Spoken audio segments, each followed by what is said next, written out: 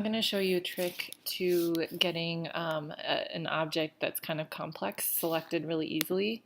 Instead, with a really simple background here, we can select the background instead of the tree. So I'm just going to take my magic wand. I'm going to hold the shift key, and I'm going to select the background. And then I'm going to reverse the selection. So select, inverse. So now the tree is selected, it was the background. And I'm going to drag this into my composite using the move tool. Say OK to that. So now we have 3 different layers here, and you can play around with the layer order, you can play around with lots of things. And here's where I want you to start fiddling with just some adjustments that you could make.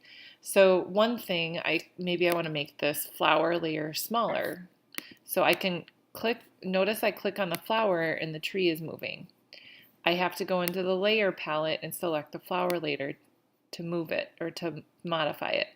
Another quick way to do that is to, there should be a little box up here that says auto select. You can check that box and then it automatically will select your object when you click on it. So I'm going to make my flower layer smaller. And I want to rotate it. So notice that when I come out of this, and I use Command T to get the bounding box, when I come out and I see that little arrow curve, that means it's ready to rotate. So maybe I want to rotate it a little bit. Maybe I want to tuck it into the bottom left corner instead. Hit enter to set the layer. And then maybe I want to take my tree layer, come over here with my move tool, and I want that to, Command T, to sit in there like that.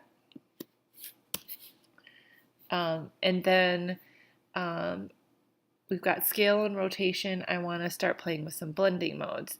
So blending modes are in your layers palette, and you can select this little drop down here, and there's all kinds of different fun blending modes. So I have the tree selected.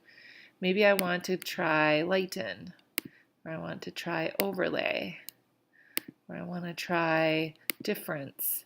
You can see that it mixes with the background in really interesting ways. So I like the lighten.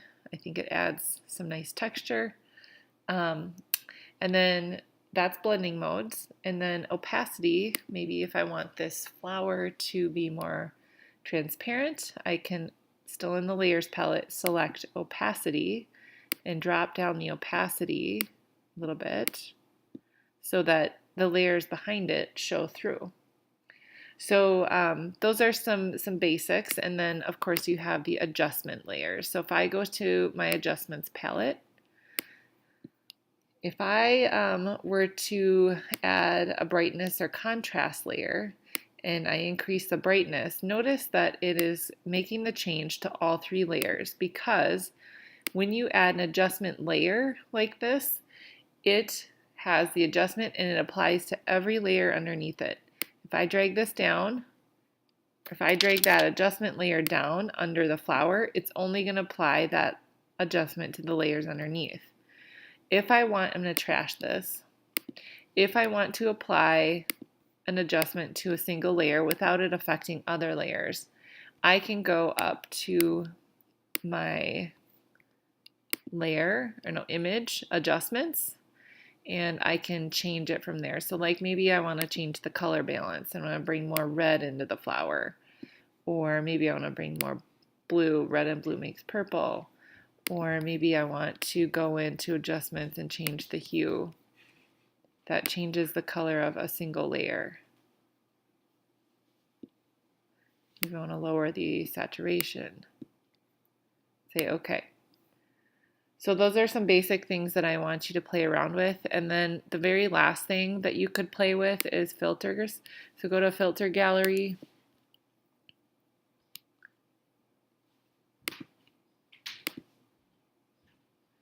And these are just different filters that will apply to the layer that you have selected.